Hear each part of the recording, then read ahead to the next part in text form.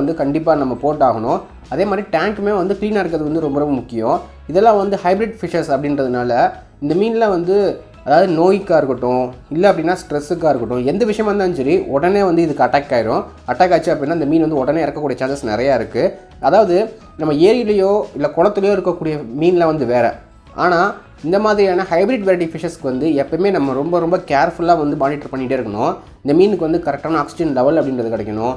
தண்ணியில் வந்து கரெக்டான பேராமீட்டர் அப்படின்றது வந்து மெயின்டைன் பண்ணி ஆகணும். ஒரு சூப்பரான ஒரு ஃபுட்டுன்றது கொடுத்தாகணும் முக்கியமாக. ஏன்னா நல்ல சாப்பாடு இருந்தால் தான் அந்த மீன் நல்லா வளரும். இன்னும் சொல்ல போனோம் அப்படின்னா அந்த மீன் வந்து லைஃப் வந்து நம்ம எதிர்பார்க்கக்கூடிய 1 வருஷம் 2 வருஷம் வரதுக்கே வந்து நல்ல குவாலிட்டியான ஃபுட்டுன்றதை நம்ம கொடுத்தாகணும். அது மட்டும் இல்லை, நீங்கள் ஒரு கப்பியையோ மாலியோ வந்து இவ்வளோ ஒரு ப்ரொடெக்டிவான ஒரு கேர் எடுத்து பார்க்கணும் அப்படின்ற அவசியம் கிடையாது.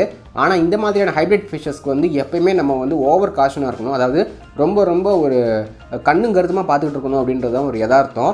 ஸோ இந்த மீனுக்கு